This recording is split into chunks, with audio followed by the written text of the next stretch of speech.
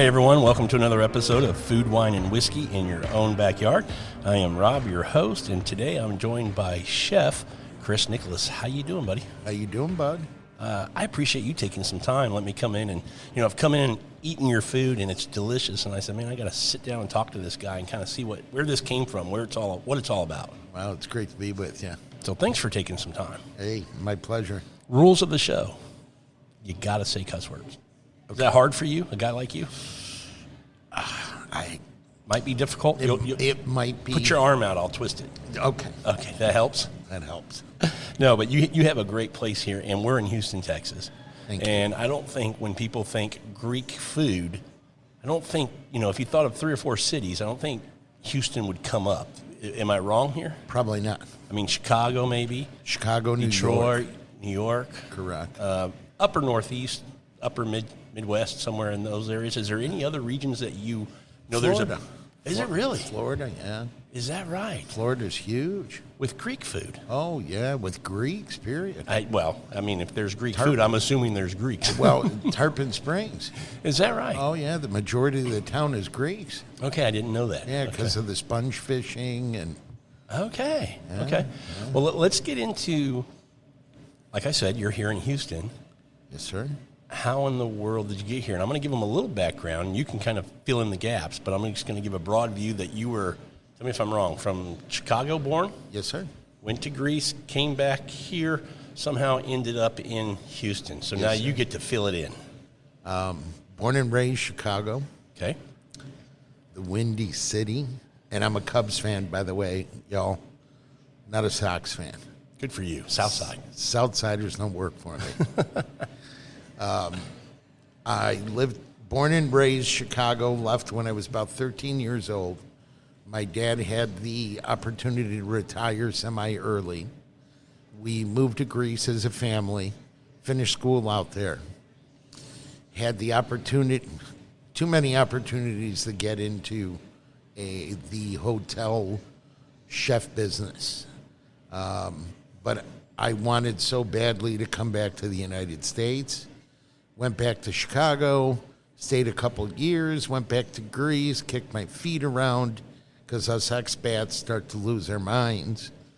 And then finally dialed it back in, went to Chicago, ran the family business for many years. What's the family business? Family business was a restaurant. Dad was an electrical engineer by trade. Okay. But saw that he wasn't making enough money, and was a great numbers man. And it was a waffle and pancake house that was pretty famous for its time.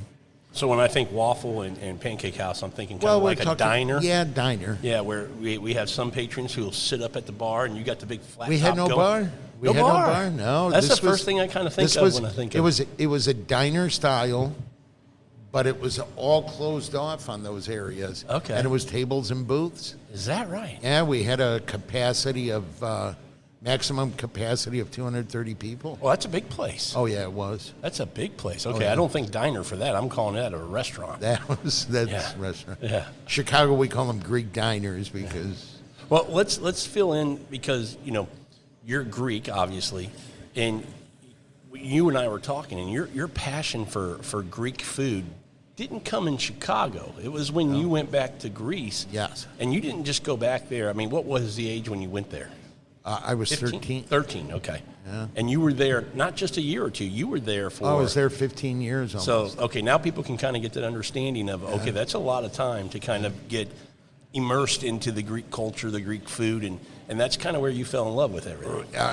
Yes, I was actually shocked. Other than my grandmother's Greek cooking, I had never experienced other than the Americanized Greek food. Okay. My grandmother's food, by all means, was not Americanized whatsoever. But my grandmother was a World War II woman who pretty much only knew how to cook poor people's food. Yeah. Wasn't into the variety of cuts of meats. It was simplistic, clean eating food that was probably 50 cents a portion. Wow, okay. Okay. Well, you said something there. You said, Americanized Greek food. Yes. So, and I think that applies to a lot of cultures that their food gets brought here, whether it's an Alfredo sauce from Italy or something from Greece or Chinese food, that's Right. made a certain way so Americans will eat it or whatever you want to call that. I'm a fan of the authentic versions of these cultures. I think that's where you get to really see what they're doing with the food and really appreciate what they're doing, but I think the flavors are way better too. Right. But you educated me on talking about American type of Greek food, a gyro. And I think everybody in America thinks if you're going to get a proper gyro, it must have The ground lamb and beef. which is absolutely wrong. And I think lamb specifically, they go, ooh, lamb, that's See, there's a place in Crete that does a lamb gyros, and it's a mutton. I mean, you're not going to get much meat out of a baby lamb or 40-pound lamb. And it was considered a delicacy that was very expensive in Greece. Pork was the commodity meat, and pork gyros, was done with pork belly and pork shoulder. pork belly too. Yeah. Oh, yeah, because we don't raise our pork for the bacon. Okay. We raise our pork for the meat. Yeah, So I'm we're just not- thinking the flavor that would have. Oh, yeah. It was killer. Yeah. Yeah, when I was first introduced to it, I walked into a little gyros joint thinking like an American out of Chicago. And I walk in and I'm staring at these meats spinning, not knowing what the hell it was. Yeah. Guy's staring at me, I'm looking, and he looks at me and he goes, "You must be Greek American." He knew. He knew. I stuck out like a sore thumb. So he handed me a gyros, and he says, "This one's on me. Give it a shot." Yeah. So I walked outside. There's no seating back then in those joints. They were all charcoal fire, no gas. No, Greece didn't have natural gas. If we did, it was propane tanks. And I walked outside, started eating this pork gyros, and just about collapsed from the flavor profile. Yeah. Walked back inside and bought myself 2 more. There you go. And from then, it's just been a passion of the proper gyros. So, not a lot of Greek places here in Houston, but the ones that do you know of anybody else who does them with pork like you, that makes them the authentic way? No. Okay, I don't know that I do either, and I've been to a couple. No, I'm the first one that brought it. There might have been somebody who tried it, but they're not easy to maintain. It's just like anything else, like barbecue. Sure. If it's not at the right temperature for the right period of time, you're not going to get the succulence. You're not going to get the flavor. Right. You're not going to get just that melty, fat, juicy, gnarly Right. bite. Yeah, that just makes you go, ah. Yeah. All right, well, let's talk about your place here and the menu that you have, because when we call it a Greek grill. I mean, what's I see, It is just Greek grill. Yeah, I am a Greek grill, and a lot of times Americans assume that every Greek restaurant should have what the other ones have.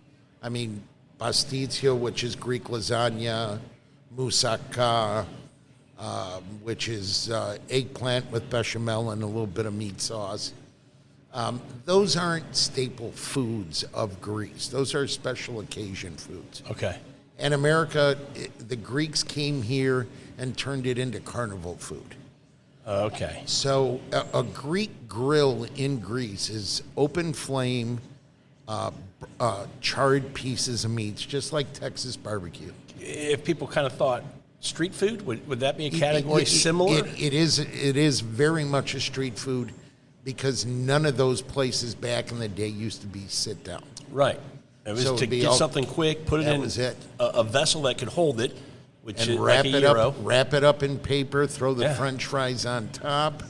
Yeah, I think about tacos or Yeah, hot dog places. These are all kind of similar in that thought of how we're going to in serve that this thought food quickly. process, yes. Yeah. Okay, so let's do talk about. I do want to say that when you're not just a come in, leave. You can sit down and enjoy. You've got 15 tables or so in here Right. that people can sit down and enjoy. You've got TV, so it's a place to hang out. We have a capacity of 65. 65, nice size little place.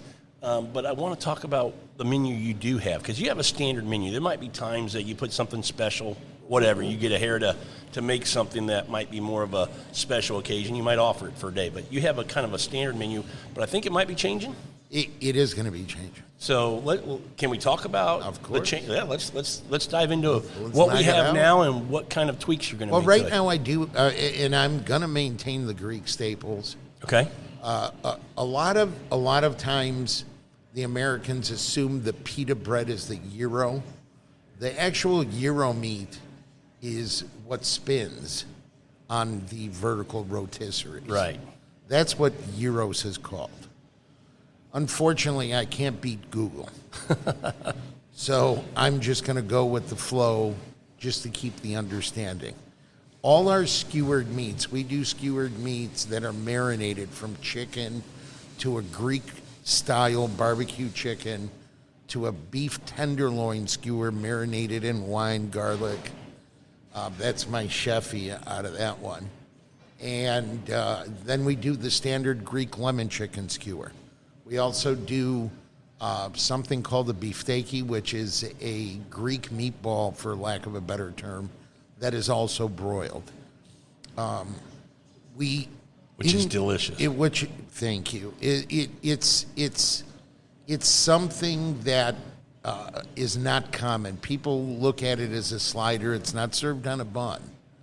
But then I do go into my dips, which I do from a whipped feta to a spicy feta to a chipotle tzatziki, and a few other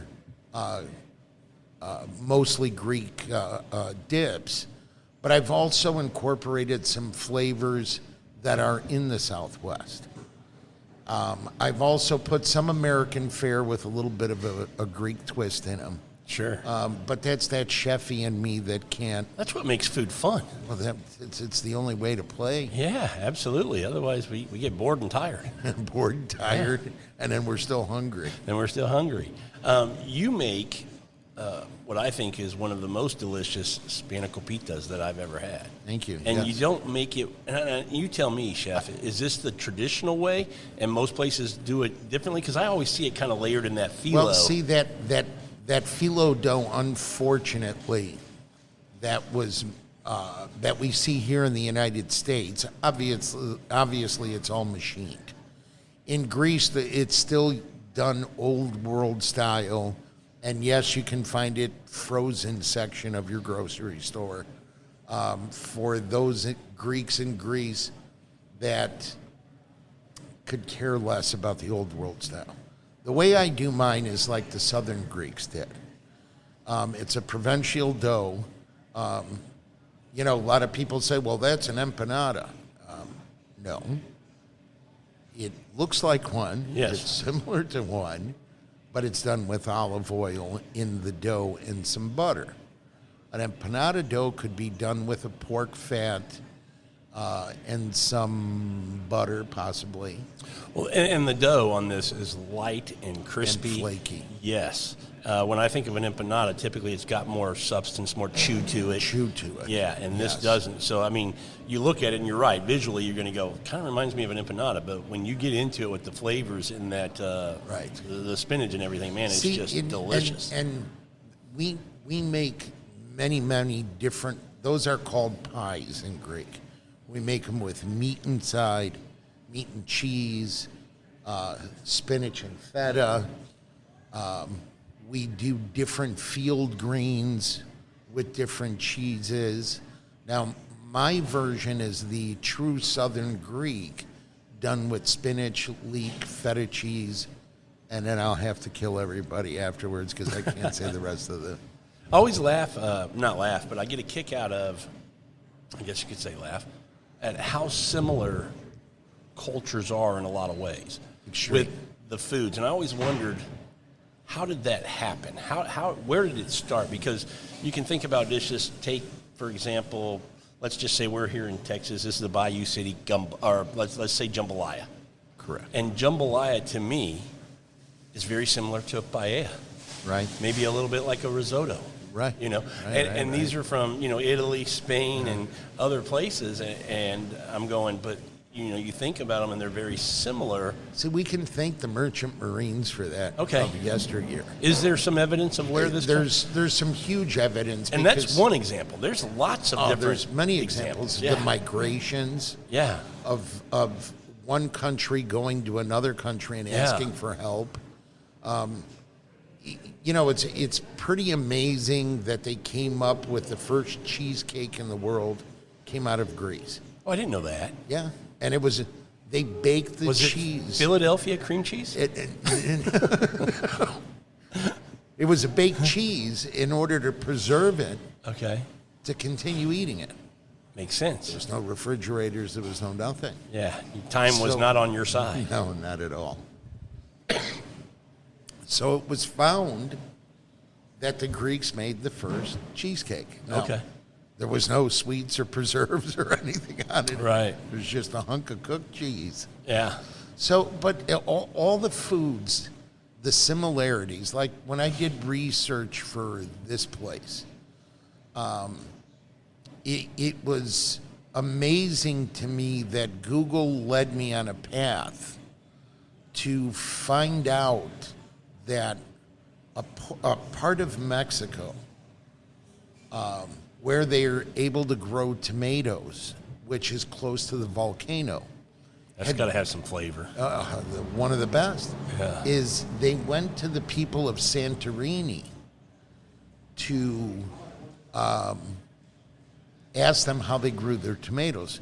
Now, Santorini is a no-water island, volcanic.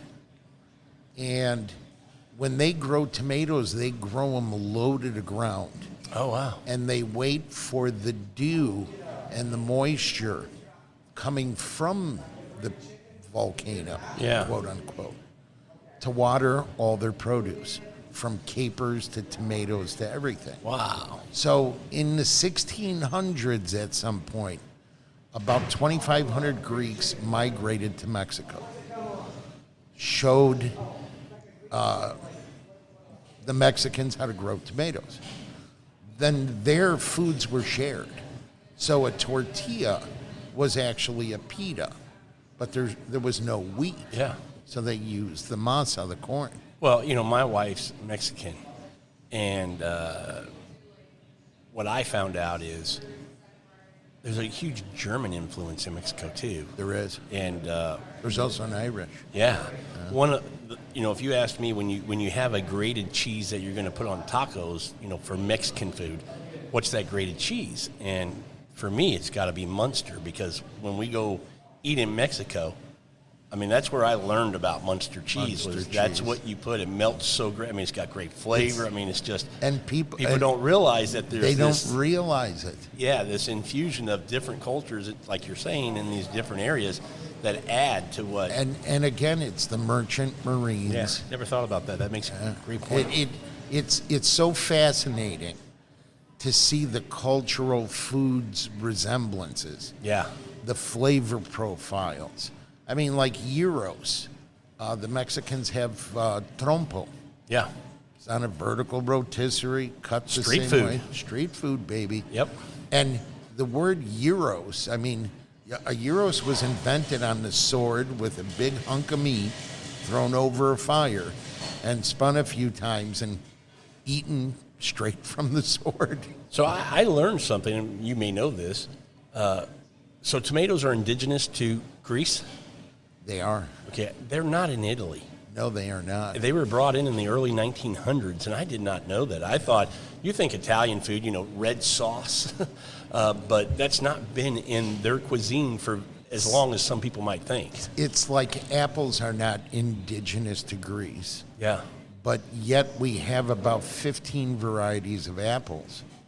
And it was a Greek that came from Greece to the United States, brought some apple seeds back after eating apples here, and some great apples are grown in Greece. Well, and if you think about, like, to the point on Italian food, the four pastas of Italy in Rome, none of them have tomatoes in them. You know, they're an egg-based with Becca Romano cheese and usually guanciale if you do it right. But, I just thought that was curious. I learned that on a different show with an Italian gentleman that I always thought, tomatoes were, that's an Italian thing, right? But It's not.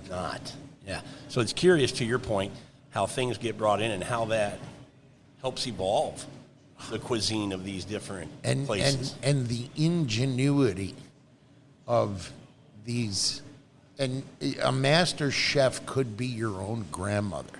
Sure.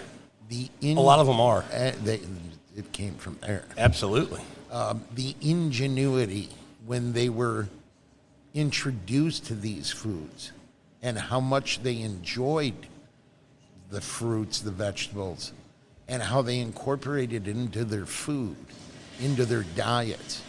It's incredible. Yeah, absolutely. Absolutely. I want to mention, you kind of touched on it, that you have some kind of twist on some of your foods with that Texas kind of flair. Well, yeah, because I'm married to a Mexican woman as well. Okay, fair enough. Okay. And you are in Texas, so you got to please the Texans too. Of course, of course. But you've made a really good burger. I mean, you've gotten recognized. And Well, it's an A++ burger. tell people what that means. Well, A++ is good old Allison Cook, Food critic here in the town. food critic for the Houston Chronicle for over 20, 30 years. Yeah. First discovered me when I first opened. Didn't know who the woman was.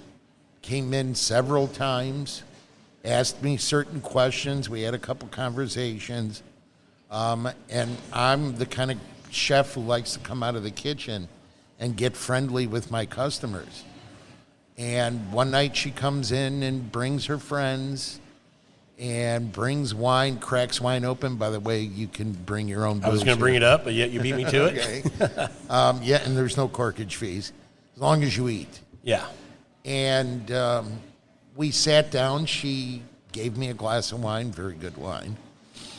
And So you knew who she was. I didn't. Oh, you didn't? You just Oh, thought no, I it had was a no friendly clue. customer. That's all I thought it was. Okay. A woman reading a book while eating. That's all she was. And she said, here, I'll share a little vino with you. Yeah, and with her friends. Okay. I want to introduce you. And as I'm sipping on this wine, she looks at me and she says, by the way, I'm a food critic. I said, isn't everybody today? Yeah. She looked at me and What's your Instagram? she started laughing. She goes, no, I'm the food critic. And I looked at her and I said, the food critic of what? Yeah. And she goes, did you get a phone call from the Houston Chronicle today? And then I just closed my eyes and said, oh, dear. I said, yes, I did. Well, that's who I'm the food critic for. Uh-oh. And I said, well, I'll be sipping my wine and talking to you later. But she gave us rave reviews. Yeah. She gave us 3 out of 4 stars, or 2 out of 4 stars. I'm not sure how her first works, but apparently it's great for a place like mine. Okay. And then she re-reviewed us again, ordering food. And then during the reopening of the pandemic, we were, at 25, 50% capacity. She does a online order and orders my Greek burger. Now, I did harass her for about a year trying to get her to try it, Yeah. and I never got a response from her, whether it was Facebook, whether it was Instagram, whether it was an email. By the way, She ghosted you. She ghosts everybody. I'm sure she gets a lot of, will you come try this? I'm sure. But all of a sudden, she ordered it, and I take it out to her car, and I look at her. I had no idea it was her. Didn't pay attention to the name. It just said Allison. I mean, Yeah. how many Allisons could be out there? Millions? But I walked the order out to her car, and she looked at me, and I could see her smiling under her mask. And it's very noisy out front. And she goes, "How are you doing, sweetheart?" And I said, excuse me. I said, "I'm doing wonderful. How about yourself? Great to see you. Wait till you try that burger." She goes, "You couldn't make it special for me because I bet you didn't know who the hell I was." And I said, "You're spot on that one." Well, good for her. And it was great because 2 days later it went into her Burger Friday. And I was scrambling to find... You became popular. Oh, popular. Yeah. I was scrambling to find hamburger buns. And then during that time, I had to scramble to find a new grinder, butcher, if you may call, because ours got destroyed during COVID. And I found a little butcher shop out in League City that said, "Yeah, I can cover you." And just so people listening know, you take so much pride in what you're putting out, the quality of what you're putting out. League City to where your restaurant is an hour drive. Yeah, an hour and a little 15, over. yeah. To get down there. So that, I mean, you say, hey, in order for me to get a good product that I'm comfortable putting out. Oh yeah, there was no question. Yeah. And our friend Darren Lafferty, Yep. gave me Sean from Stone Cold Meat's phone number and said, "Give him a call." He said he'd try and cover you. And he was hand forming patties. And I told him what my blend was, and he goes, "I can't do that blend." And he goes, "We can do this blend. I can't discuss the blend." Yeah. And he goes, "Will you accept that?" And I said, "Tell me the ratios." And he tells me the ratios. And I said, "Okay, done." He goes, "How many burgers you need?" I said, "For tomorrow?" He says, "Oh, tomorrow." This isn't for a backyard cook, huh? Yeah. And he goes, "Well, how many do you need?" I said, "I need 400. He goes, "How many days is that going to, can I stretch it out?" And I said, "No, I need 400. And boy, was I wrong. I probably could have used 1,000 that day. Oh, wow. Yeah. We ran out by 2 o'clock. Wow. And we opened at 11. And there was a line out the door, past all the way to the end of the shopping center. Always a good problem for a restaurant to run out of food and not have it sitting in the back for a while. It was a very good problem Absolutely. to have, especially coming out of a pandemic where the restaurant industry was kicked in the teeth. Yeah, thank you, Allison. Thank you, Allison. That was awesome. And your bun is not just a regular bun. No. Either. You got a quality bun that you put on this thing. And, to me, when you have a sandwich or a burger or anything that kind of has something that, is the vessel that carries or holds that part of it is extremely important. Here's the problem. Most burger joints fry their burgers, and they put a 1/3 pound, 6 ounce, 7 ounce. I'm going with full half-pound monster that is flame broiled, and and the blend is an old school blend, old world blend, where you're grinding whole muscle meats. Yeah. You're not grinding trimmings. Yeah. These burgers can be eaten from rare all the way to well done. I don't suggest well done because you might as well You can eat it, but it's not going to be as flavorful as it should have been. No, Yeah. it's going to be a burnt burger. Absolutely. I don't want to say shoe leather, but it's just not going to be as good as it should have been. It won't be shoe leather. Yeah. It stays juicy because of the blend. Sure. But a great bun to hold those juices that is not Wonder Bread, where it starts to melt away Right. as it sits. So I ended up going with Breadman Company, Tasso, because he made a fantastic product, and he was able to get me a 3 ounce bun to handle this monster Mammoth of a burger. yeah. All right. Because with all the other toppings, tomatoes, sauces, this, that, I mean, the bun takes a beating. So Right now, we know that you have, the traditional kind of Greek grill kind of foods. Right. And we have this burger that's fantastic. But there's going to be some changes to the menu. There is. So are we getting rid of some things and adding some things? Or No, are we just adding? We're going to be adding and twisting up things. I'm going to... a lot of the culturally, most all cultures' spices and herbs are in everybody's cuisine.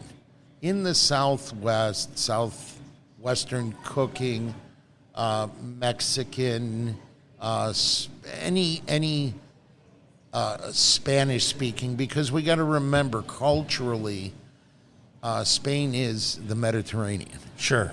So the flavor profiles were already in the Mediterranean and introduced to the native people of Mexico, Honduras, Guatemala, so on and so forth. Right. And into the Southwest they came. And again, we Greeks use them, but we use them timidly in comparison to the Southwest cuisine. So what I'm going to start doing is amplifying, and I'm bringing in some more, if you want to call, fusion style. Cool. That'll be fun.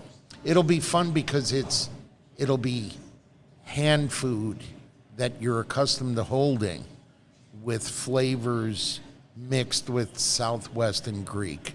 Yeah, and I want to make sure people who maybe haven't had Greek food, don't be afraid of coming in and trying. Like we said, you got the burger as a backup. Right.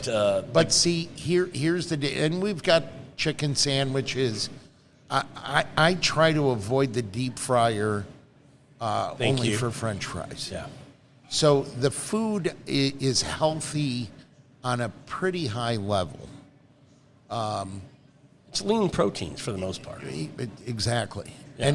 And we eat a lot of greens. Yeah. I'll be bringing in rice. I've been beaten up for not doing rice for a while. And apparently Texans are huge rice eaters. It's that Cajun influence. It's that Cajun influence, but I only see it when Dirty rice, etouffee, all this kind of yeah. All right. Yeah. So I've got to compete with that, and I'm competing with Middle Eastern food. Yeah.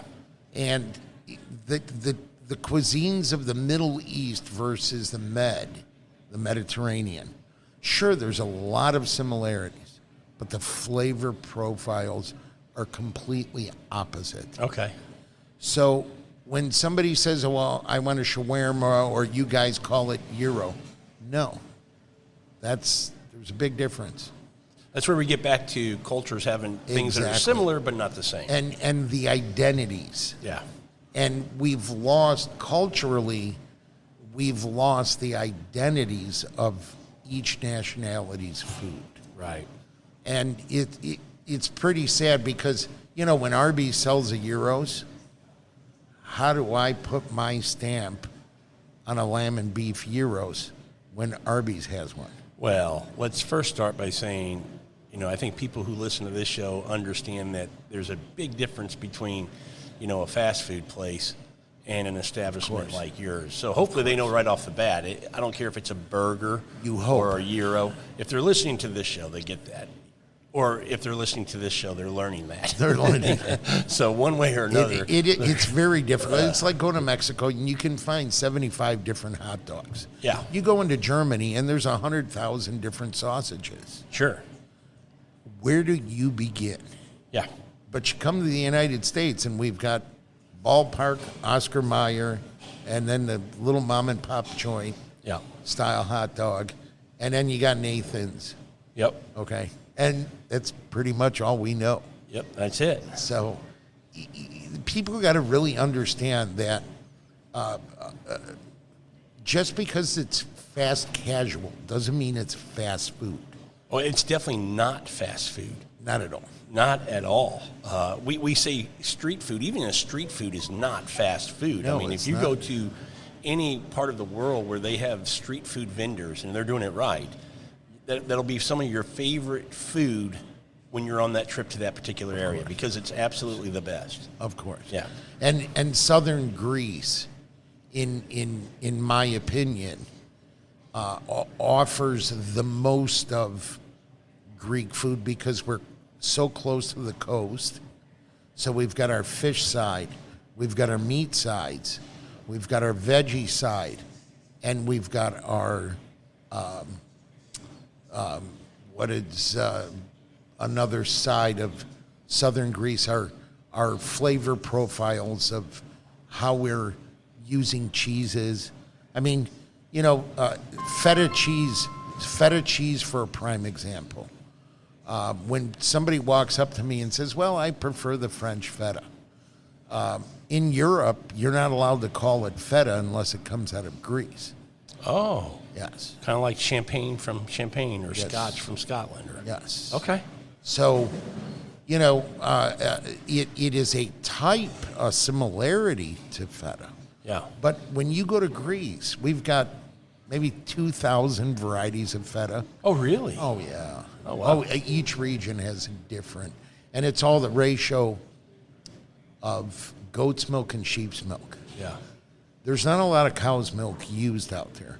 For the more commodity fetas, of course, there's cow's milk. And we can explain why again. We've done this. I've done this before in other episodes. Those particular animals are less expensive to own and easier to maintain and keep around. So that's where you got your cows were a luxury. Huge. If you had a cow back in the old day, you had some money. But you also needed pastures to feed these animals. That's what I mean. You had to have some money. You had to have some land. So that's the reason people go, well, why wouldn't they just use a cow? There's a reason. You know, all these things come from, and I always love that when you talk about foods of all these different cultures, it comes from the poorest people in those cultures. The poorest. They cooked with the ingredients that they had available to them, and they made some fantastic. I can't think of a culture that you think of a dish, and that's a high-end dish.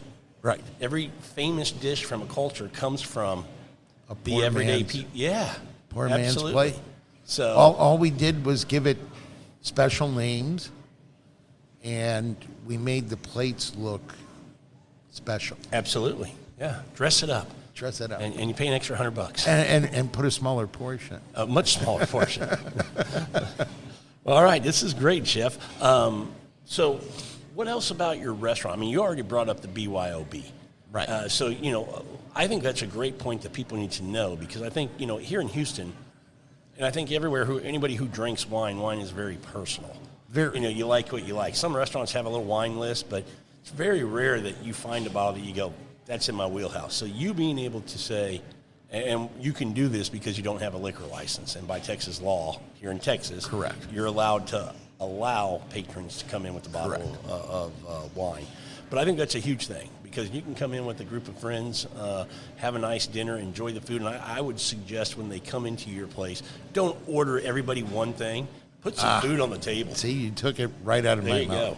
See, here with wines to start off with, Greek foods are not meant to be eaten with dry, crisp wines. We're supposed to eat them with, or drink them with, or eat Greek food with not necessarily sweeter wines, but there are some, but smoother wines, whites, some Chardonnays or Cabernets, excuse me, not Chardonnay. Cabernets, Merlot mix, Okay. Shiraz mix.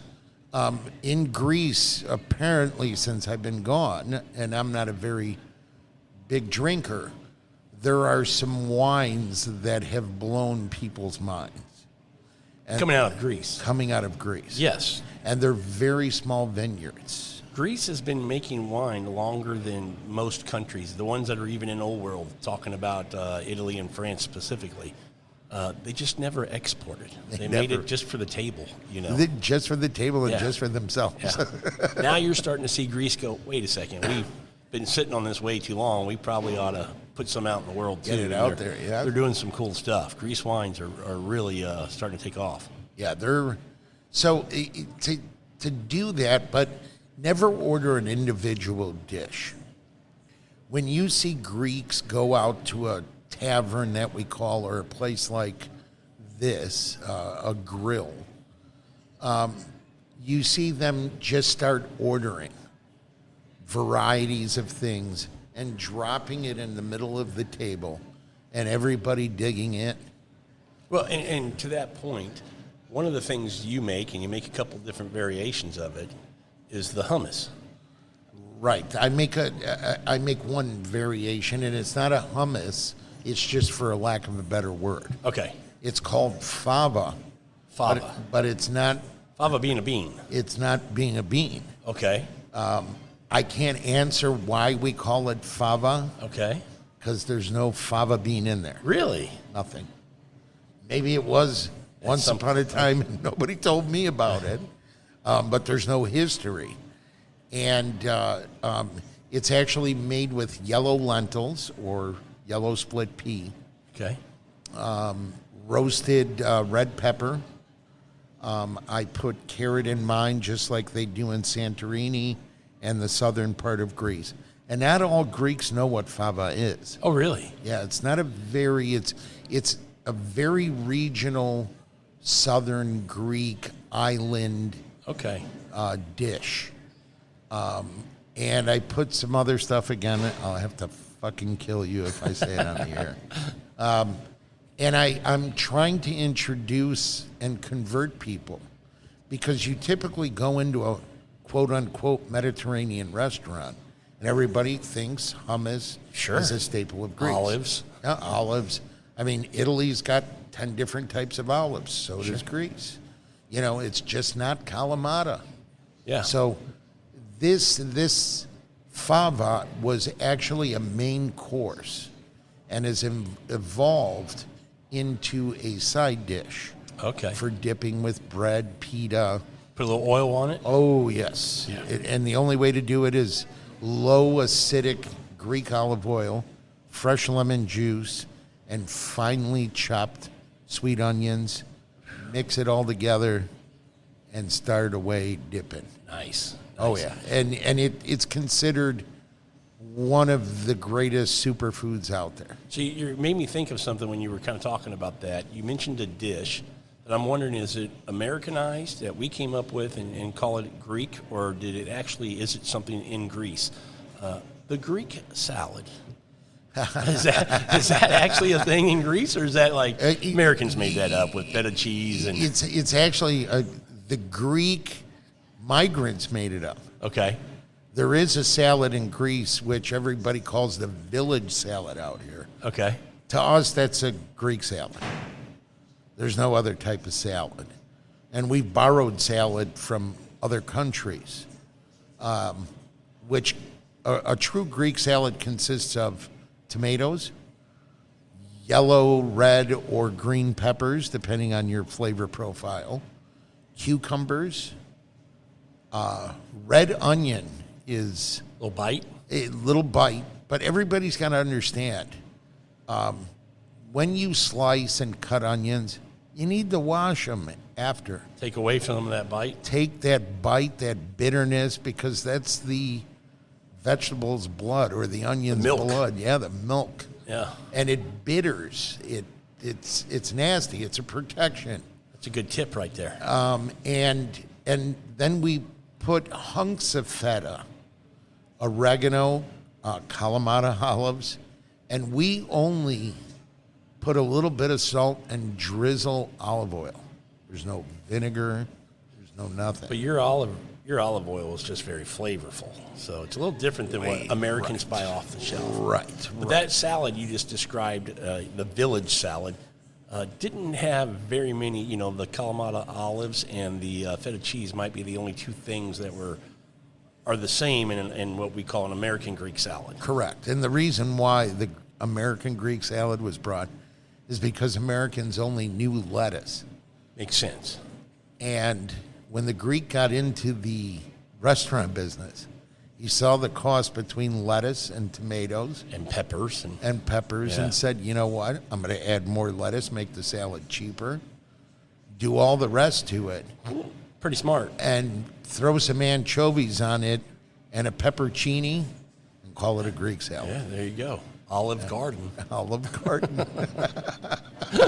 Here's one of the issues I have with a lot of places that say they make a certain type of cuisine when they don't stay true to the roots, of what that cuisine is supposed to be. And I think, the world is getting better, not just in the food or wine. We want to know what it's supposed to be, where does it come from, how is it made, and we want that now. I think back in the old days, if I get a cup of coffee today, I like to get my own beans. I want to grind them my way. I want to know, where did that come from? Was it a single, was it a washed bean? Well, whatever. Right. I think back in the day when our grandparents would go to the store, they'd just buy a can of Folgers or Maxwell House and make a cup of coffee, and they never thought any more about it. They'd go buy ground beef, and now I want to know, where did that cow graze, and that's kind of where we are as in the world today.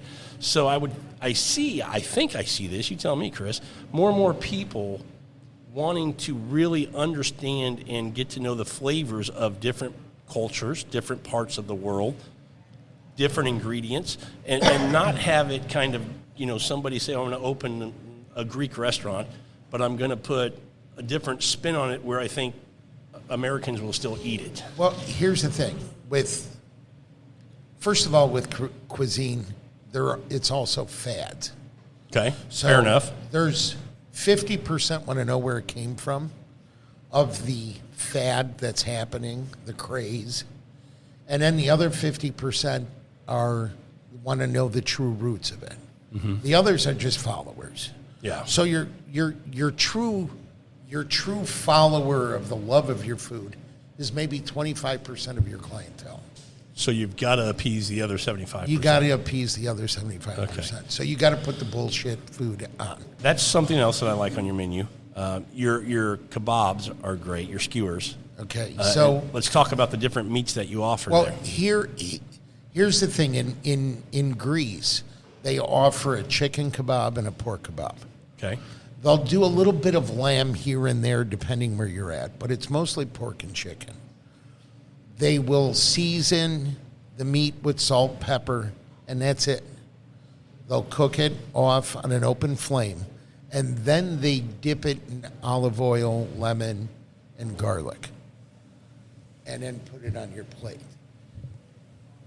Unfortunately, the health department doesn't allow that here. So I had to be creative to get the same effect and flavor, because it is a bold flavor. Yes. And in Greece, it was extremely bold, but it was just sitting on your meat. So I had to create a way to get that same experience into my marinades to get that texture, flavor, boldness, everything. Okay. So I did a reverse. Okay. Now talk about the ones that you do, the ones that you offer here, so people will know. You do. Okay, so I do a chicken, which is basically a lemon and herb or lemon and oregano with olive oil and garlic. I do a beef tenderloin, and yes, it's true beef tenderloin, and it's delicious. done in a wine marinade with garlic, salt, pepper. Then I do a Greek barbecue chicken, and I probably fudge that one a little bit. I actually used to make chicken gyros here, made by hand, like I do my pork. And I used to stack chicken breasts. And I actually took the marinade for the chicken gyros that we used and gave it a little bit of twist with a barbecue theme behind it. And then we do those beefsteak, they're called, or Greek meatball, for lack of a better term. Which are great flavor on those things. Yeah. Those are equivalent to what people think of kefta. Okay. I don't know why the Greek cuisine doesn't get as much of attention as the Middle Eastern cuisine does here, which we're using. I'm not saying that Middle Eastern cuisine is a bad cuisine. It's just that we're using a cleaner flavor. Okay. We're using a more mild approach to it. We'll use fresh mint, green onion. So what you're saying is when you hear people say that Middle Eastern kind of flavor overpowers them, they have a hard time dealing with those flavors and seasonings and things. Come try your Greek food. And it's kind of get it's a complete reverse. Yeah. Okay. And a lot of people just assume, oh, I've been to many Mediterranean restaurants. Well, Mediterranean is not Middle Eastern food. Right. Mediterranean is Greece, Italy, France, Spain. Yeah. And we'll give Morocco a little bit. But that's the Mediterranean. Sure. You know, just because they're in the same body of water in North Africa doesn't make them Mediterranean. Yeah. The cuisine, yeah, we have similarities, there's no question.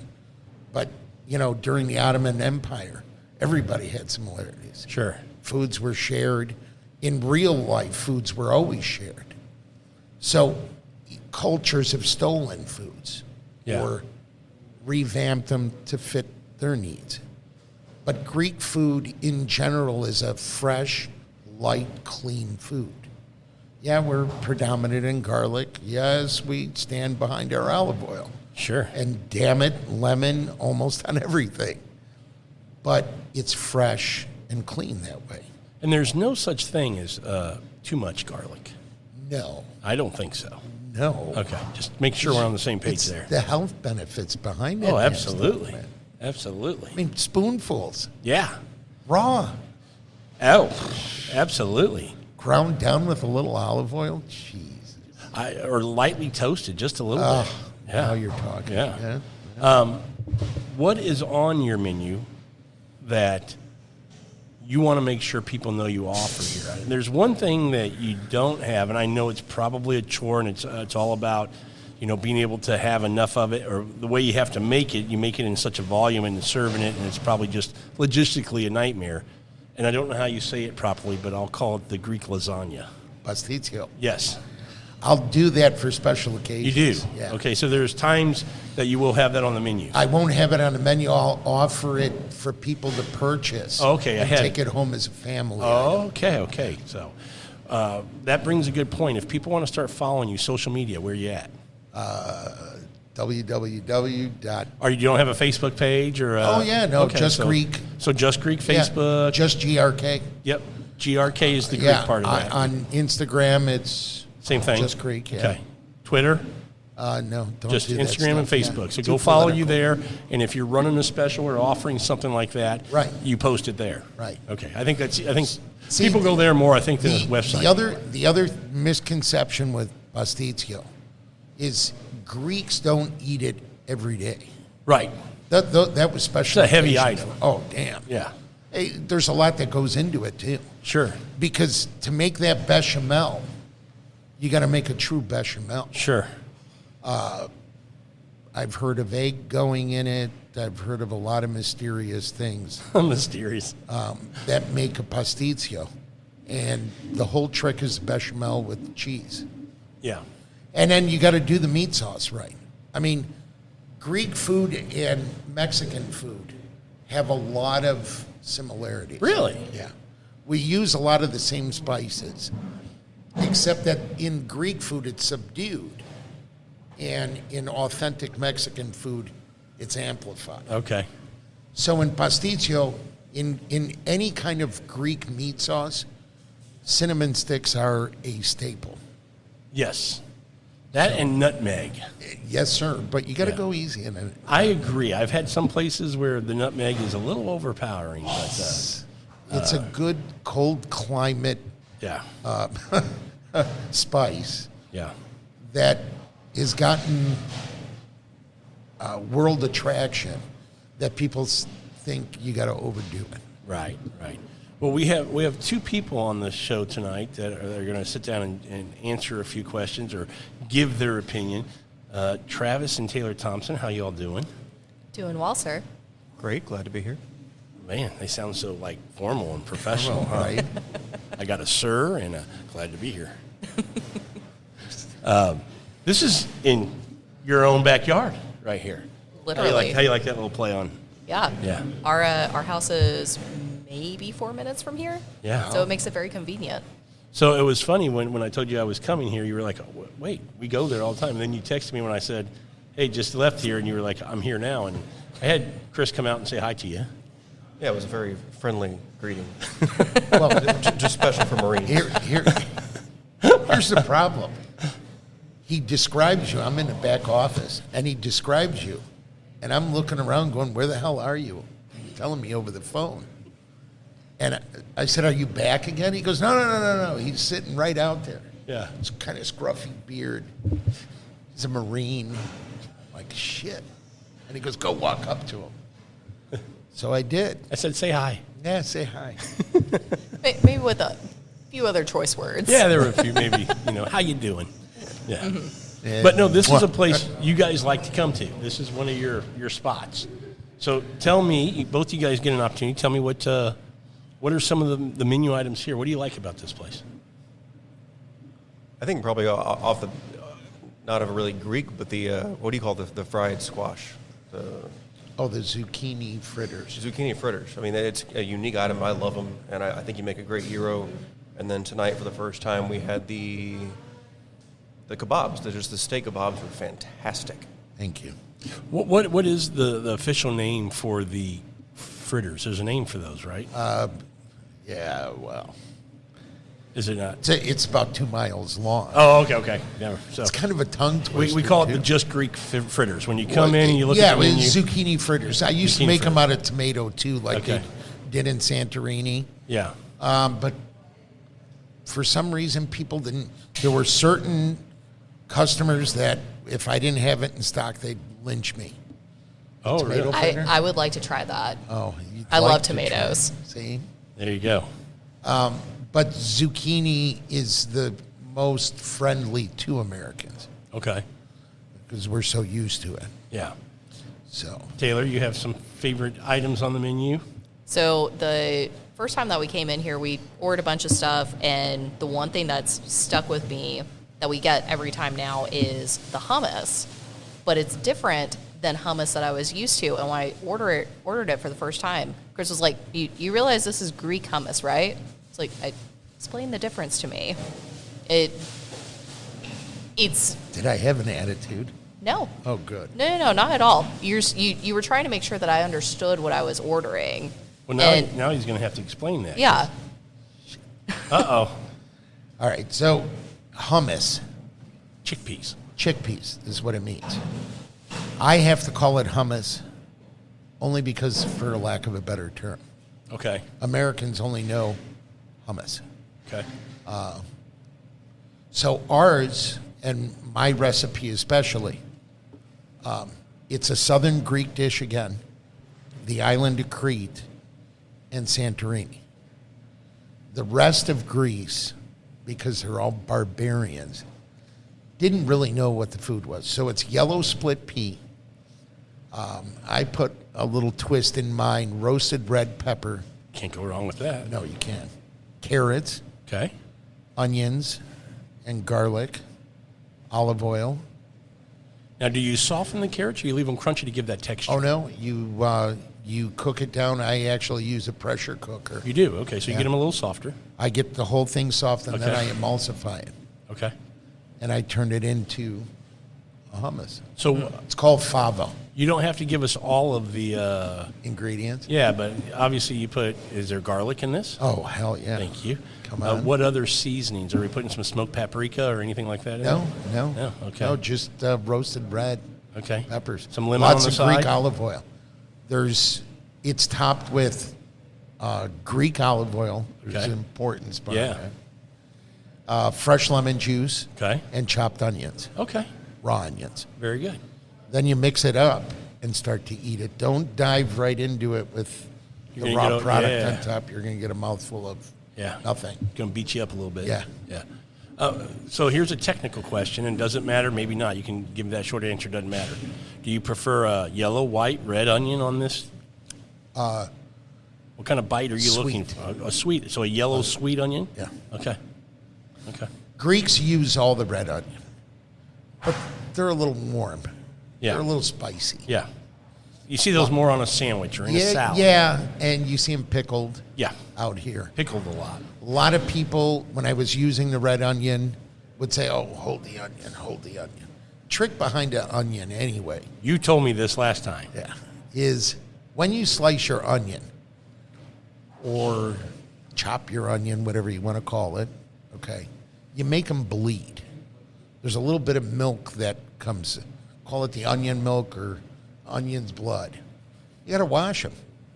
Yeah. And I've never done that. Wash them, and you get rid of all the bitterness and that nastiness. So is it the milk and the bleeding that makes your eyes That- kind yes, of? yes. So when you peel off a couple layers, slice it in half, wash them both real quick. Look, once you're all sliced up, you're going to be bawling your eyes out. So wash them before you slice. No. No. After. You got to After. rinse all that bitterness off. Okay. All that okay. white. So it's between all the layers. It's in Yes, sir. all. Okay. Okay. Yes, sir. I didn't know if it was like a cavity in the middle where you're like once you slice it, there it is. If you wash that off. It's basically its defense mechanism. Okay. The onion's It's basic. speaking to you, saying, "Ouch, that Yeah, hurts." ouch, mother. And I'm going to make you cry a little for Yeah, doing this to yeah, me. Okay. Gotcha. When we cannot leave out of this conversation about some of the best things on the menu, or not on the menu, are the whipped feta and the hot sauce. Well, yeah, I definitely want to get into some of your sauces that what accompany some of the foods. But before we do that, I do want to touch on a couple of other menu items because you got recognized and got an award for it. So all you people listening who are in the area and go, I'm not sure if I want to try Greek food, I'll go in and maybe try it. There's an option of a fantastic burger here. Well, we were considered one of the best burgers in Houston. A lot of customers turned around and told me, they go, why in God's green earth would I go to a Greek joint for a burger? Yeah. And I look at the customer like, what do you think? We're from the Stone Age? Yeah. We don't eat burgers. We don't understand what meat is. And Allison Cook came during the pandemic, ordered it curbside, and wrote. You didn't know it was her. Not when she first ordered it. Right. no. Yeah, okay. Until I noticed the name on the ticket. And unfortunately, it was the same day Cleverly Stone had passed. Oh, yeah. So it was, I knew Cleverly, Yep. I know Allison. So it was kind of shocking that all of this, because I had actually introduced that burger first to Cleverly. Okay. Tried to get Allison's attention on it. I emailed the crap out of her. Really? Instant message, whatever you want to call it. Not one response. So I thought it was a dead horse. But I'm taking a 8-ounce old school style patty where we're using whole muscle meats rather than a trimmings burger. Okay. And I was doing it during that time with New York Strip, as we spoke Yeah. earlier. A little bit of chuck and a little bit of Iron Round. Okay. So you're getting, in essence, a good steak burger. Sure. But it's got to be whole muscle meat. When I was a kid, even McDonald's was using whole muscle. They're grinding the whole goddamn cow. Yeah. Okay. Probably not nowadays, but. And burgers, back in the old days, you'd bite into them and it would drip down your chin. And it wasn't the condiments that were dripping, it was the actual juice and fat coming out of the burger, Which makes it good. which is the only way to eat them. Yep. Absolutely. So that's the route I went with the burger. And when Allison actually came and reviewed it or ate it, I knew the review was coming. And during the pandemic, it was hard to get products. And it was really hard for me to get, we were short on labor as well. It was really hard for me to do all that on my own. So I called our good old friend Darren Lafferty. Yeah. And I said, Darren, Allison was here. He goes, oh, shit. I said, I need somebody to make these damn burgers. I said, I got to have it done. He says, oh, shit, let me make some phone calls. Now, Darren used to work for Cisco. Yeah. And then Darren gets around, so he knows a lot of people. Sure. And he found this company, small company out of League City, Stone Cold Meats. And a guy said to Darren, he goes, yeah, I'll do it. He goes, but there's one stipulation. I'm not grinding New York strip. It's too effing expensive. Yeah. He says, I work with a lot of brisket, so we're going to make brisket burgers. So Darren goes, well, you got to, tell him it's too bad. This is the way it's going to be. So Darren calls me and tells me, and I said, son of a, give me that guy's number. Yeah. So I get him on the phone, and he ends up being a Chicago expat. So we came to an agreement what's going to go in the burger. And he followed through on it. He was making these burgers 400 at a time for me, by hand, Wow. every single day. So what was the ratio? What did it end up being? Well, it ended up being brisket, a little bit of chuck, Okay. and sometimes I have round. Okay. I round's very lean. It's a very lean meat, Yeah. and it makes a good chew and ground. Sure. Get the fat off the brisket, which I think the brisket ground gives it a great Well, flavor. the best part of the brisket is that soluble fat in the center. Oh, absolutely. That makes the drip. Oh, yeah. That just melts away in there. Right. Yeah. And a chuck, you've got to play with the ratio. He ended up playing with the ratios. Now, everybody who knows a good burger, I think everybody who knows, this is just my humble opinion. Yes. Everybody who thinks of a really good burger, not only is that meat really good and the ingredients, but the vessel that carries it, the bun. I'm assuming yours isn't just, some went to HEB and picked up some buns. You've got a special bun that meets certain requirements for you. Right. Okay. And it's got to withstand the weight of the Sure. burger and its juiciness. Yep. There's a lot of buns that I could buy frozen from Cisco, Jake's, whatever. There's Sheila something Parsons or something like that Yep. it's called. It's okay, but it doesn't make it. Yeah. Unfortunately, during the pandemic, a lot of us had lost employees. And my bread guy lost employees as well, my original bread guy. And he couldn't keep up with the buns. And another Greek guy, Breadman Baking Company, called me up to congratulate me about the A++ on the burger. Yes, folks, a Greek made an A++ burger Absolutely. and broke her grading scale. Greek guy called Breadman Baking called me, congratulations, whatever, and said, if you need any help during this time, I'm here for you. Unfortunately, my previous company, and I had a lot of respect for him, he was also a Chicago expat. By the way, folks, some of the best bread comes out of Chicago. Absolutely. He couldn't keep up with my demand. And then with the new style burger, the bread had a struggle to keep up with. And I needed something a lot more yeasty and Dense. dense. Yeah. And so I go with a challah bun. Oh, nice. Yeah. Love a nice challah bun. And you know what? That slight sweetness that a challah has Yep. with the char flavor, greasy, and the good greasiness of the burger.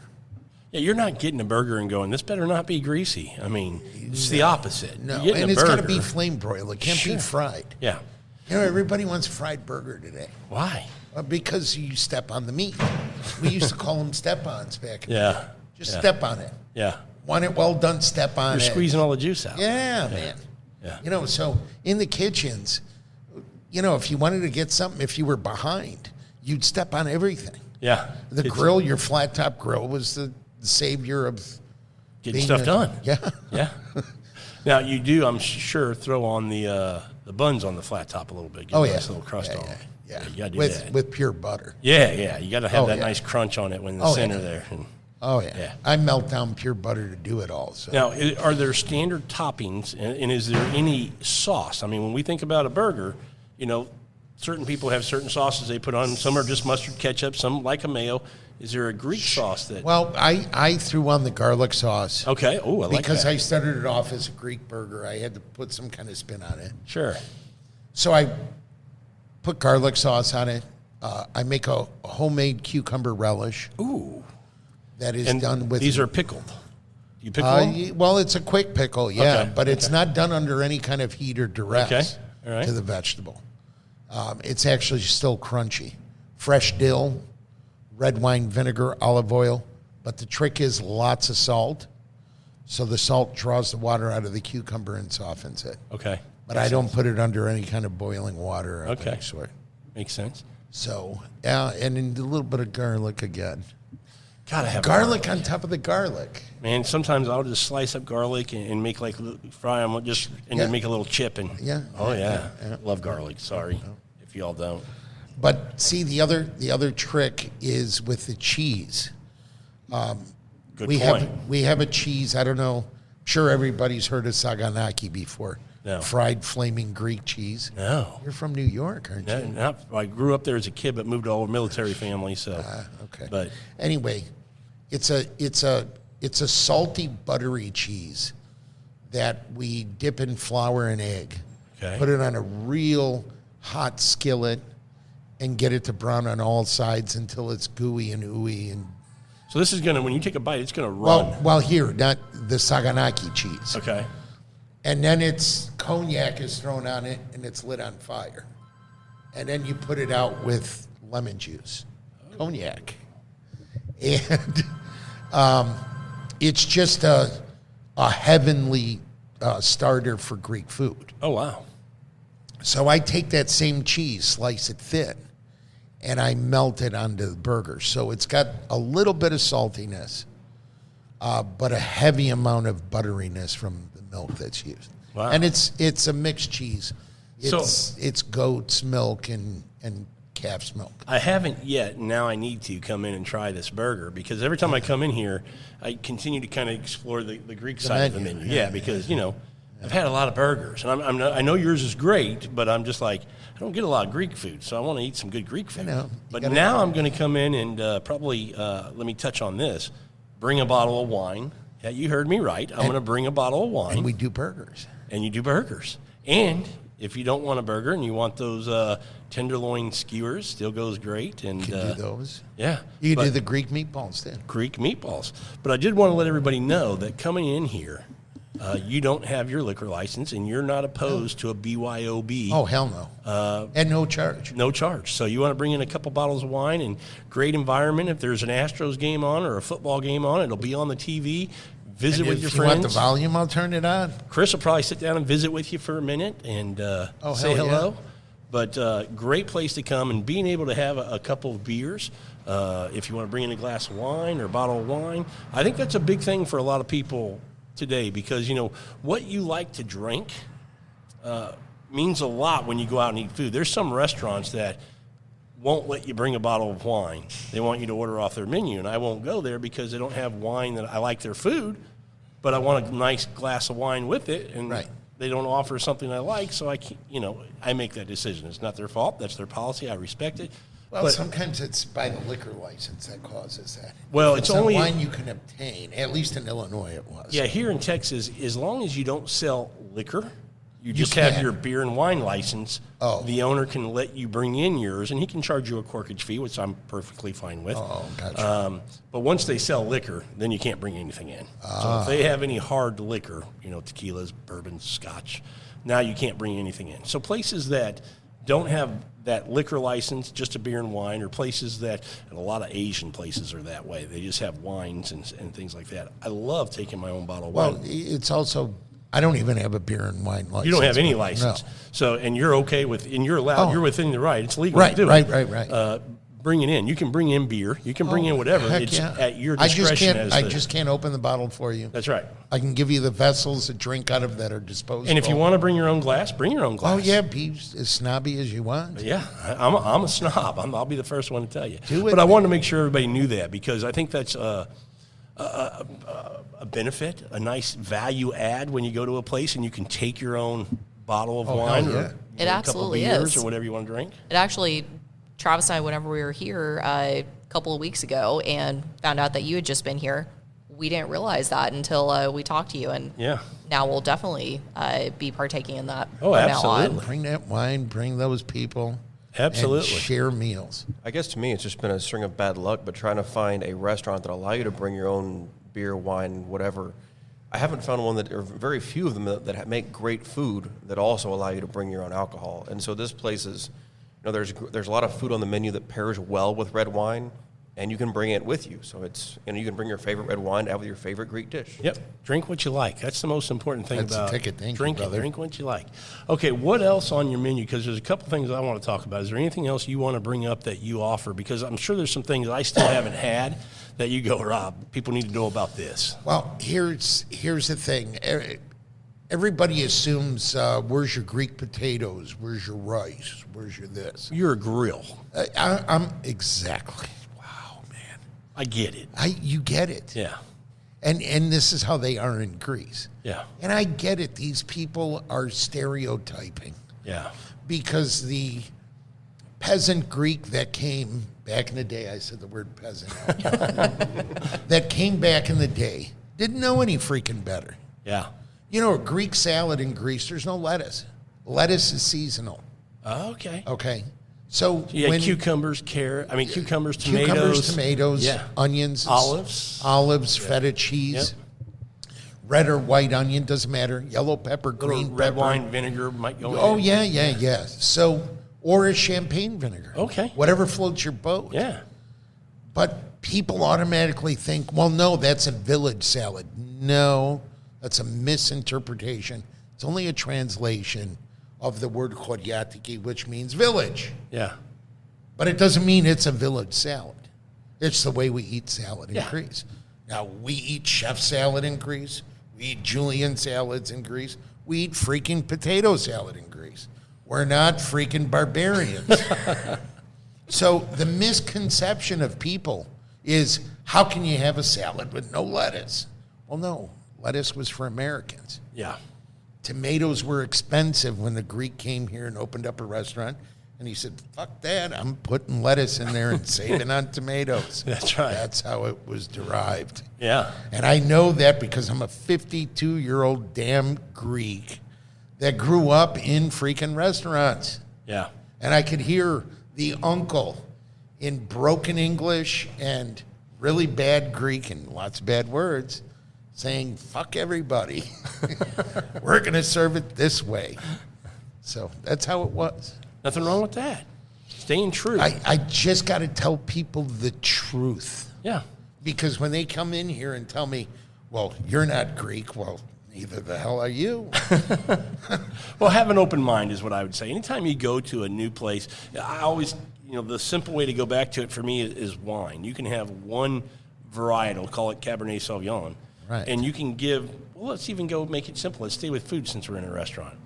I can give you two guys the same exact cut of beef and tell you to cook it, and it's going to taste completely different from Completely both opposite. of them. Polar Yeah. opposites. Yeah, could. Maybe not, Right. but it's not going to taste exactly the same, I guarantee No, you. it can never taste So the same. don't ever, I don't go to one Chinese restaurant or one Italian restaurant and then the next and expect it to be exactly the same. The only place you do that is McDonald's or Burger King, and I don't want that. Well, but see, Greek food is not carnival food. That's a good way to put it. Gyros is carnival food. Really? Yes. Oh, The man, that kinda hurts my American feelings. style gyros, Chicago style. Yeah. That's carnival food. Well, the pork one I get's not. No, Okay, but good. it's a I feel street better. food. It's physically a street food. Sure. There's nothing wrong with street food. No, nothing. But, you got to appreciate it for what it is. Yeah. You can't just look at it as, just another gyro, Right. So, Well, but if I could make the comparison to like a street taco, I mean, like a street taco Right. is, maybe sold on the street out of a truck or whatever. But if you come into a refined or like a high-end Mexican street food restaurant, it's kind of the same way as coming in here. A gyro may be street food, but you make a very, very good version of this street food. Ingredients matter. the ingredients matter a lot. Yeah. And I've just seen over the years a lot of bastardized Greek food. Yeah. So bastardized that we don't even have an identity as Greeks anymore. Really? Oh, yeah, because everybody assumes Mediterranean. So you lump us all in with the rest of the shit, and that's all we are. And we're so much more. Just like those other nationalities, there's so much more to them. Yeah. So either be proud of your heritage and nationality or go fuck yourself. That's a good way to put it. Because in the United States, we're a melting pot of people. Sure. And we've got a lot of cuisines. But Americans have a tendency to take stuff, bastardize it, Americanize it, shit on it a couple times, and then tell you it's American. Yeah. It's not really. Yeah. And I appreciate good old American food. Don't misunderstand me. What is good old American food? Grilled cheese with grilled tomatoes. You know what I thought you were and going to say? Bacon. Oh, that sounds Maybe. good. I thought you were going to say meatloaf. It is. Yeah. But see, Greeks make a meatloaf too, Oh, do which you I'm going really? to start doing. Are you really? Oh, yeah. That You're gonna have would to be let us tasty. know when that happens. Yeah. Is there, and I don't know the answer to this, I'm not trying to put you in the spot like there should be or whatever. Is there any kind of secret menu? Is there anything that, you go, Depends what mood I'm in. okay. And if I have it. So it's just ask the question. When you come in and we just see you, pop the just go, question. anything I'm secret never on the going to menu? have raw lamb sitting around. Sure. Don't hold your breath. But I'm just thinking sometimes you might have a menu or ingredients that you got in and you go, today I'm going to make this. And that might happen sometimes. So ask the question. I did used to do that. You did? Okay. I did, yeah. Okay. But it got daunting because some people didn't appreciate it. Yeah. Well, Which- and typically it's got to be something you can make to order too. Well, yeah, that know. it's got to be. You don't want to. And I've got very eclectic tastes. I'm kind of a food snob when it comes to meat. Same. Yeah. And Quality matters. If I'm going to bring in lamb, I'm going to bring in lamb tenderloins and make lamb tenderloin skewers. Yeah. When you're at about $18, $22 a pound, you look at a customer and say, sure, I got those. Are you willing to pay $15 a skewer Yeah. Yeah. for 4 ounces? You mentioned lamb. It made me think of an Italian dish. Do the Greeks make anything that's similar to an ossobuco? Not really. That's kind of stands on its own. yeah. Okay. Let's. See, with That oxtail, braised kinda- Yeah, we do a lot of braised beef. Okay. Beef We'll do a lot of braised goat. in the ground. Not in the ground. No. No. We'll just braise the bone Okay. with the meat on. Big leg or the. Well, we'll do a leg of lamb braised. We'll do oxtail braised. Okay. I mean, a true ossobuco, if I remember, is oxtail. It is. So braising and slow and low Yep. is a whole. Yeah. I just didn't know if you had. And I figured with lamb and goat and things See, like that. You I did. goat is just Yeah. some of the best meat. Absolutely. And kid, baby, oof. But again, people here might go. Yeah, they frown at it. Yeah. It's almost like eating Bugs Bunny or something, Yeah. or Bambi. Yeah. And Texans are huge hunters. I don't understand. Exactly. Bambi is delicious. Bambi. Just putting that out there. Backstrap Bambi really is good. Yeah, Yeah. better. All right. Well, I know we're going to close out the show, but let's finish it the way you would finish a meal, and let's talk about. And I know it might not. I don't know that I saw it on the menu, but do you ever make anything that's a dessert, a Greek dessert? And there's one that comes to mind. Okay, go ahead. You know what it is? Which is it? Baklava. Yeah. I don't make it personally Okay. because I know how. Okay. Oh, I can make a mean baklava. You can. But Boy, it's- that's so good. It's such a pain in the I know it is. That's why I prefaced it by saying I know it. I buy it frozen from Kantos. It's already cooked. Okay. Just where I get my pitas from. Okay. Kantos pitas are number one. Okay. Kantos's baklava is very expensive. Now, there's a difference. There's different pronunciations around the globe. Baklava, I mean, it goes into the Russians, it goes into the Armenians, it goes around the whole Balkans. Okay. Okay. When we're dealing with Balkans and that kind of thing, it's mostly walnuts. When you're dealing with the Middle East, it's mostly pistachio. So when somebody says, oh, this guy makes better baklava because his nuts are green, Well, we won't go why his nuts are green. But that's pistachio. We mostly do it with walnuts. So the whole trick, yeah, right. The whole trick is that phyllo dough, the one that I called dry and nasty. So do you want 18 layers, or do you want one simple one? Like you were Well, talking about earlier with that one, I think they do You want 6 layers. Yeah. Because it absorbs, I think they're doing 6 or 7 or 8 maybe on the bottom and another 10 on top. Because you're the true baklava, instead of doing a, I guess what is that? You take honey, put it on the stove, and start to liquefy it. Then you take some lemon rind or some orange rind and a cinnamon stick, and you bring that down to a watery mixture. And then you pour it over your baklava at blazing hot, where it's almost explosive. And once that honey absorbs into that phyllo dough, it kind of makes it not so dry anymore. Yeah. It's almost like a syrupy kind of. It is. It's got to be heavy syrup. Yeah. We have a friend who's Greek who got his grandma's recipe, and just based on picture, you can. What part But of Greece? You know what part of Greece? Ooh, do you guys know what part of Greece he's from? I do not. Say his name. You can almost figure it out. Ooh, let me see that. Damn. This is also the same friend that introduced Travis and I to spazio. Pastizio? We Yes. did Greek night at their house, and that's what they Greek made. lasagna? Yeah. Oh, yes. We just passed the 1-year anniversary of that meal. Yeah. So we need another Greek night. That's a damn good Absolutely. looking baklava. Yeah, he made it from his grandma's. He's got his old grandma's Holy shit. old cookbook, recipe book. She would write all her recipes down, and he got to keep that. And Their bechamel sauce that night. Oh. My God. Whoops. didn't even see that. My fault, Chris. Sorry.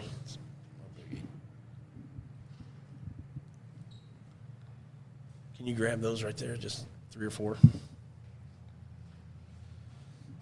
We didn't even drink that much.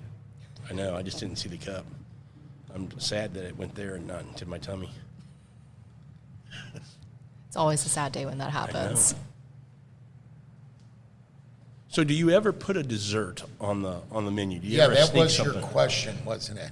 Well, and I just didn't see anything. And you might go, yeah, we have stuff sometimes. It's just kind of Well, periodically. I tried to do a dessert. I like not so sweet desserts. Okay.